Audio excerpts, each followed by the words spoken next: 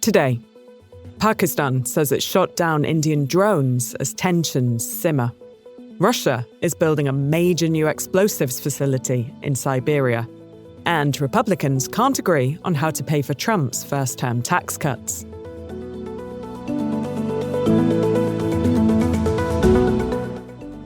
It's Thursday, May 8th. This is Reuters World News, bringing you everything you need to know from the front lines in 10 minutes every weekday.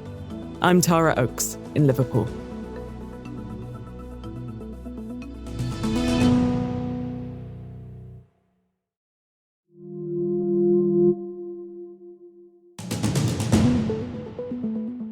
First, the latest from India and Pakistan. Pakistan's military says it shot down 12 drones from India that violated its airspace. It's just a day after Indian strikes on multiple targets in the country fanned fears of a larger conflict between the nuclear-armed neighbours. India's defence ministry did not immediately respond to a request for comment. President Donald Trump is expected to announce a trade deal between the US and the UK today. It will be the first agreement since the US slapped tariffs on its trading partners earlier this year. Palestine will live forever! Pro-Palestinian demonstrators were handed over to police after protesting at Columbia University. The demonstration was one of the biggest since last year's protest movement against Israel's war in Gaza. Yesterday, we told you about our exclusive reporting that the US is looking to deport migrants to Libya. Now, a US judge says any effort to do so would clearly violate a prior court order. The ruling blocks sending migrants to countries other than their own, without weighing their risk of persecution or torture. And another exclusive.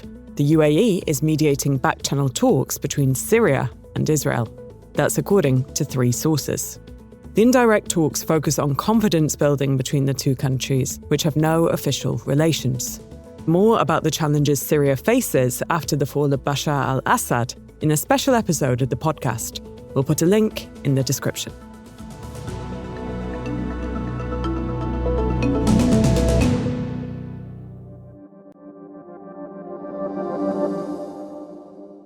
A 3-day ceasefire declared by Russia has come into effect, with skies over Ukraine's major cities quiet.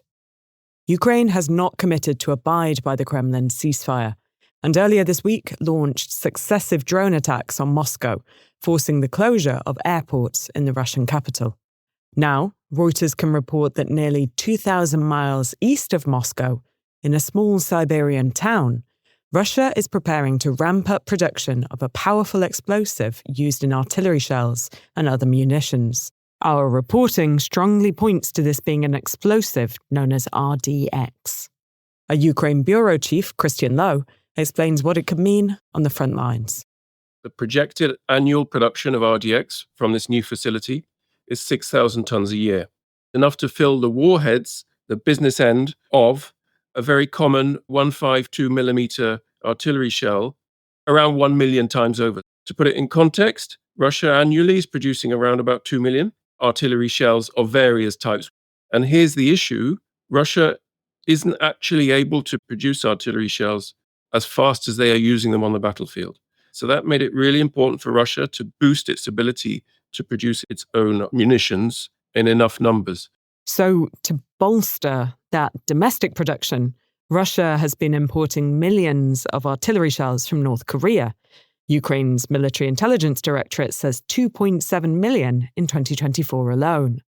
How soon might this facility begin contributing to Russia's war effort? So all we know from the plans is that the completion date is set for 2025. We're not sure that they're on schedule. We know that there have been a few setbacks. What we can see is that they're entering the latter phases of construction. So they're doing things like ordering the polymer flooring and ordering furniture. It's the kind of stuff you want to do at the end of the process. We believe that they could be up and running, producing RDX within kind of 6 to 10 weeks of the completion of the construction. How has the Kremlin responded to the findings of this reporting? We did reach out to the Kremlin, and not only them, but the Defense Ministry. We reached out to the company that owns this factory site. We reached out to other agencies that we believe are involved in the construction of this in Russia. All of them either did not comment or declined to comment.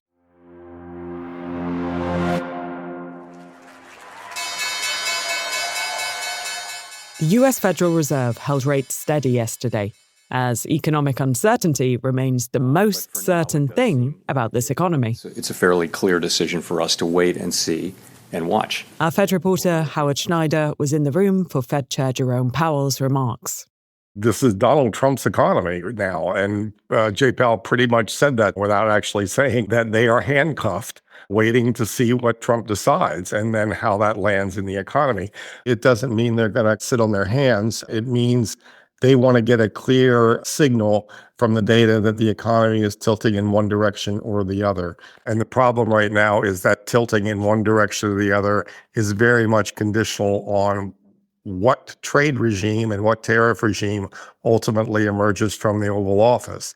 And at this point, we don't know whether tariffs on China are going to stay at 145%. They've got talks going on in Geneva this weekend, but Trump says he won't lower them. Or that giant big board of tariffs he held up on April 2nd, is that going to go in place in July after the 90-day pause? Or are those import taxes going to be relaxed? All of this is up in the air and very much will determine if several months from now we're dealing with high unemployment and high inflation, or just one or just the other, and all of that will shape the Fed's response. Republican hopes of making all President Trump's 2017 tax cuts permanent are in jeopardy, as lawmakers in Congress can't agree on how to pay for them. Reporter David Morgan in Washington explains what's going on. Behind all of this debate is an agreement that House Republicans adopted earlier this year as part of the blueprint for the Trump legislation. And what this agreement says is that House Republicans will try to find $2 trillion in spending cuts to help pay for the legislation. And if they don't, then the scope of the tax cuts needs to be reduced accordingly. And at the moment, it looks as though House Republicans are trying to get to the $1.5 trillion level, which suggests that the scope for tax cuts could be reduced by as much as $500 billion over the next decade, which could rule out some proposals that the president has put his priorities on, or it could mean that some of the 2017 tax cuts are not extended permanently. Top Republicans are saying that the provisions of the 2017 tax cuts would help pay for themselves, essentially. But it seems that trillions are needed in new revenue to prevent ballooning of the debt and the annual deficit. What are you hearing from experts about that? What the experts say is that even under the best conditions, this legislation would add to the debt.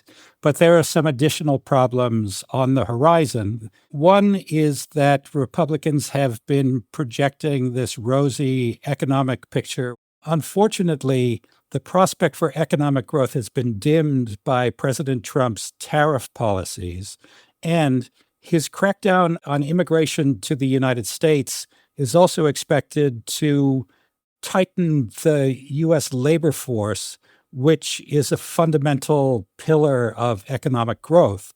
Some of the analysts I've spoken to have said that those factors applying downward pressure on the economy could very easily swamp the benefits to the economy that would come from the tax cut portion of the legislation.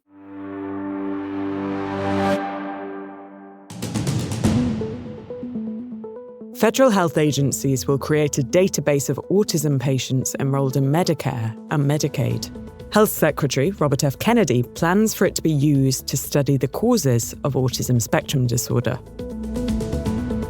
Ukraine is considering shifting away from the US dollar and linking its currency more closely to the euro. Ukraine's central bank governor tells Reuters that volatility in global markets and EU membership talks are influencing the potential move. And North Korea has fired what appears to be multiple short-range missiles off its east coast.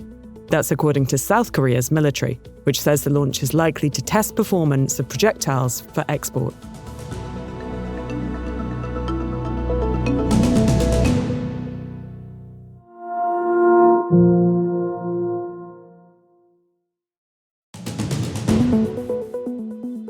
And for today's recommended read, alarm in Bollywood about Trump's 100% tariff threat on movies produced outside the US. India's film industry relies on the US for almost half of its overseas revenue. We'll drop a link to the story in the pod description. For more on any of the stories from today, check out Reuters.com or the Reuters app. Don't forget to follow us on your favourite podcast player, and we'll be back tomorrow with our daily headline show.